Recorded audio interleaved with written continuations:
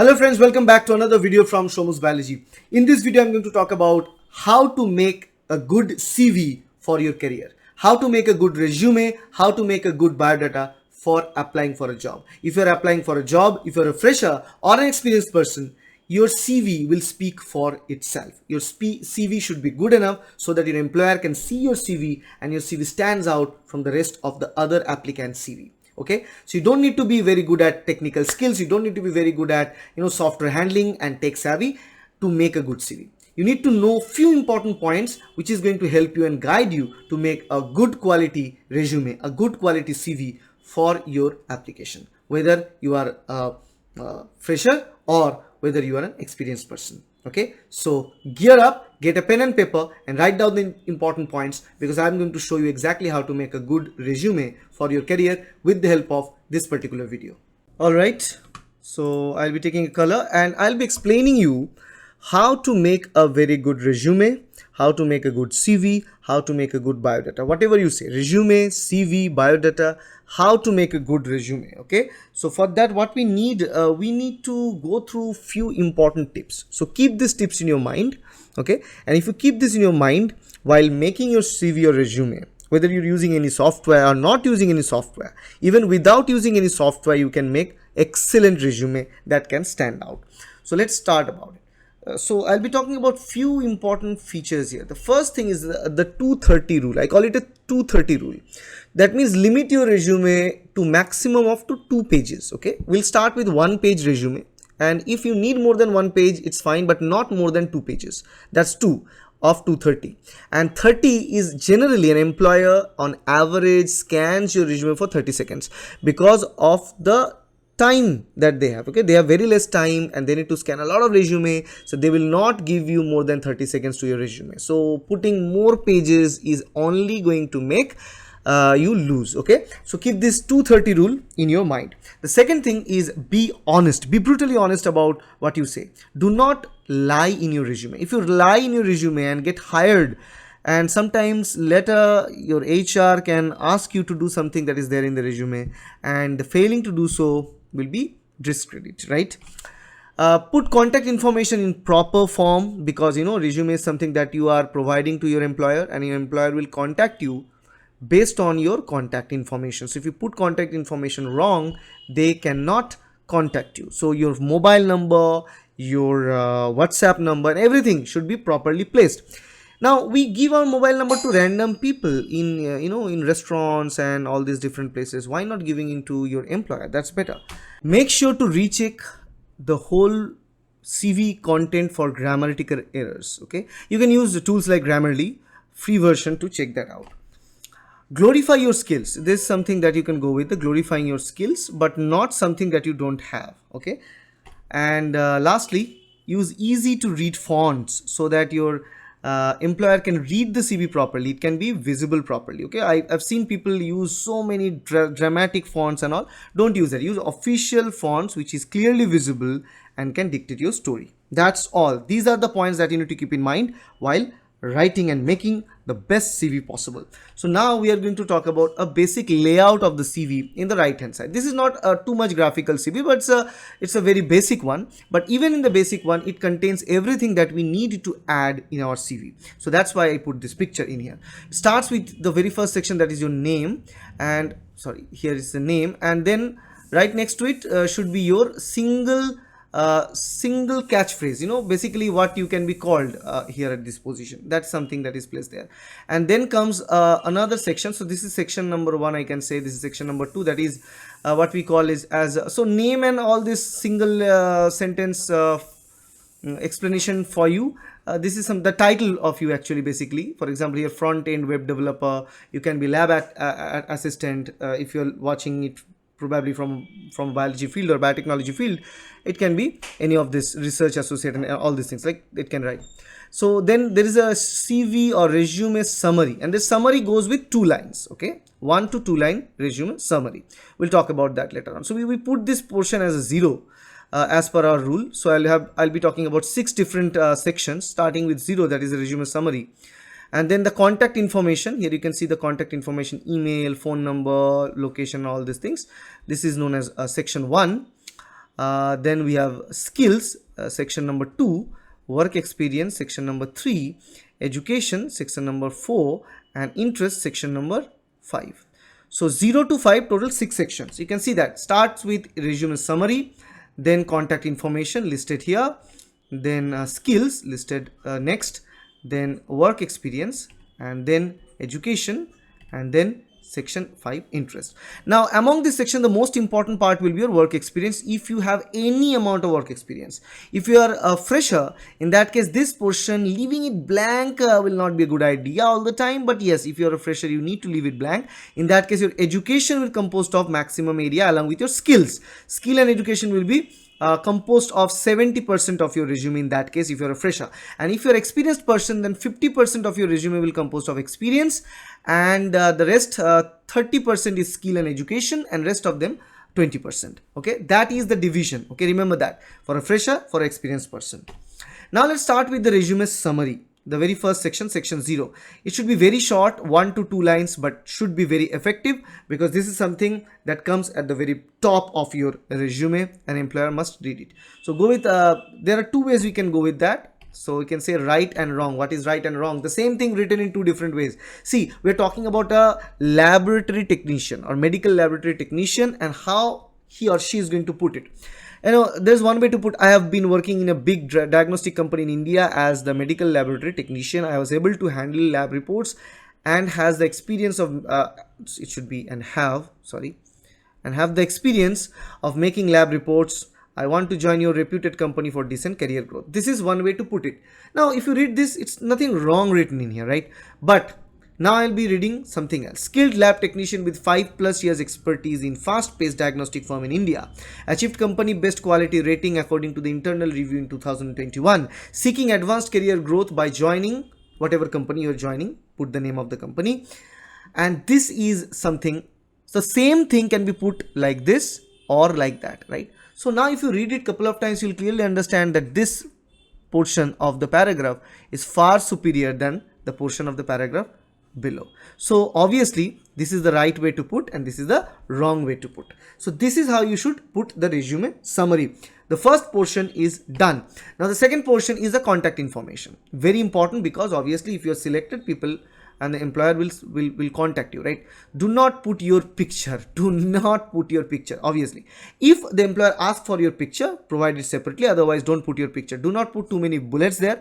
Very simple things. You need to put your name, professional title. So I put myself, information here, mailing address here, phone number here, and I'm providing phone number. This is my actual phone number, and if you have any query related to the resume and all, that comes under the career counseling portion and the services. That's a chargeable service, so I don't want anyone to just go through. You can make your own CV properly, and if you have any doubt and query you can to ask, better ask me in the WhatsApp number. This is the WhatsApp number. Many people have asked my number, so I've listed it here. So but again, use it for the WhatsApp purpose only. Email address is also provided, and social media, like whether it can put your Facebook account, YouTube, if you have any channel, or Instagram account. Personal website, if you have any, you can put that. Online portfolio, if you have anything placed anywhere as a online portfolio or CV, you can put that link in here, but it's not always required. So this 1 to 6 or 7, so 6 or 7 points is fine, and make sure your phone number, address, and email address particularly are correct. That's very, very important. Now the third section is the skill. Do not use hobbies and interest as skills. Okay. Second thing, you can include unpaid work that shows off your skill. The third is better quantify your achievements. So basically whatever achievements you have, just don't say that I can do that or I can do this. Just say, so you should have a quantification of your achievement. That means how. So if you are good at doing something, do you get any award? If it's there, then how? Okay. Yeah, if you receive some sort of score, then put that. So it will quantify your achievement, and be creative and use skills as bullets. Okay, specific bullets should be used as a skills, 1 2 3 4 like that, and quantify it. Okay, and whatever skills you have, whether you are paid for that for your earlier job or you are not paid for that, include it. Skills are very, very important. So what I can say is that if you are a fresher, in that case your skills will composed of your skills as well as your education will compose of 50% of your resume. So it's very, very important to put skills. Okay, So it will be composed of both together will compose of 80%, so 40% if you are a fresher, and skills still will give 20 to 25% if you are experienced candidate. Okay, it's very very important that you put your skills properly for any particular situation. Work experience. Now, if you're an experienced person, you know that work experience speaks the maximum out of your CV. It must speak the maximum out of your CV. So it should be composed of a long section, and do not use personal pronouns like I, my, or me. I do this, me, my, all these kind of terms. Try to explain it in a passive manner. That's better idea. So try to explain it as a passive manner. Remember, we have talked about the passive manner here, where we discussed about, sorry, let me go back here, where we had this, the right and wrong. You can see here I have been working, so use I and we, all these things, but here it's written in a passive manner. This is more important. This is better than this one. Okay, this is not good, so make sure this thing is maintained. Okay, now the section 4 is educational qualification. Use it small and precise. You don't need to read details of that. If you are a fresher, in that case, put it in little bit detail, like basically use a percentage or CGP or any particular value that you obtain, and the way you can put it is that let's say passing year, let's say 2007 for example, name of the university, XYZ, whatever you write, and CGPA or percentage, let's say 90% for example. So this is how you can write section 1, 2, 3 like that, and also mention your qualification in all these cases. Okay, so let's say start with +2. If you are a fresher, you can start with +2, and then we go with graduation, go with masters, and can continue like that. Okay, PhD and all these things, you can write that. And if you're experienced, in that case you can simply go with the graduation and masters, and if you have further, you can write it down. 3 to 4 segment is fine, maximum, not more than that. Section 5, interest. This is a section which is not compulsory, this is not mandatory. This section, add this section only after the rest is accommodated in your CV. Otherwise don't need to add this section, because this is something where you put your interest. Means do not write hobby.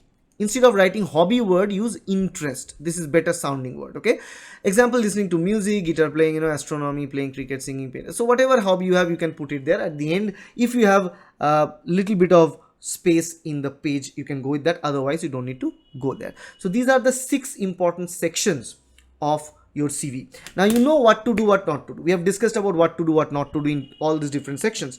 Now combining everything together, and also be a little creative. This is what I say, be a little creative. For example, you're watching this video, you can clearly see that here we can clearly see a good presentation. I believe it's a decent presentation where we have graphical images and all. So I'll make a different video on how to make a good PowerPoint presentation like this later on. But in this case, what I say is to be creative. Be creative means make your CV graphical. Okay, so graphical means do not just put a black and white blunt image. Okay, use graphical points and bullets. Some example for you here. You can see this is, both of them are text based CVs only. These are only text CVs, nothing else is there, no graphics is involved, but still only 2 different colors, black and blue, can transform blunt CV into a little bit of interesting one. You can clearly see that, right? The same thing, same information, everything is placed, but it's placed in a way little graphical. You can see the skills are present in the graphical way, languages present in the graphical way, how you can spread education information presented in a graphical way. That way the CV becomes a little more interesting, right? So obviously between these CVs, which one you as an employee, if you're as an employer, which one will you select? You will select this one. The same thing goes like this. This CV, there's a hell and heaven difference between left and right side. You can see left hand side and right hand side. The letters are not important. The important is the formatting, how it's done, right? Here the picture is given. I told you not to give picture if it's not required, so you can cut it out. But see the name, heading and everything, objective, professional skills, all the skill listings are done here with graphical representation. Employment, education, awards, and all these things are listed on the right hand side. The same thing is listed here, but it's basically blunt CV, but that CV is transformed completely in this right hand side. Now you may ask me like how to make this CV, because not everybody is a tech savvy person, right? So there are softwares to make CV. I'm not going to talk about that in this particular video. Probably in a separate video we'll talk about that. But what I can say is that you can simply build this beautiful graphical images and sections using different softwares like Canva. free version of Canva you can use to make this kind of CV. Or you can simply use Word. If you're using modern version of Microsoft Word, the recent version of Microsoft Word, there are sections where you can put all these different bicolor images and all, which will help you to develop the good quality image. Okay, now I'm not going to promote any particular software in here, so I'm not going to discuss about that. But what I discussed here is that what to do and what not to do while making a good resume, while making a good CV. Okay, so I believe you have a clear idea about how to make a good resume or how to make a good CV for your career, and this is going to help you. If you get help from this video, please hit the like button, share this video with your friends and colleagues, and subscribe to this channel to get more videos like that in future. Thank you. Bye. So that's all about how to make a good CV, how to make a good resume or a good biodata for yourself while you're applying for a job as a fresher or as an experienced person. Okay, so you can make the CV under 10 minutes, I believe, with the help of this video where we discussed about do's and don'ts to make a good quality resume. Okay, so if you like this video, please hit the like button, share this video with your friends and colleagues, and subscribe to this channel to get more videos like that in future. Thank you. Bye.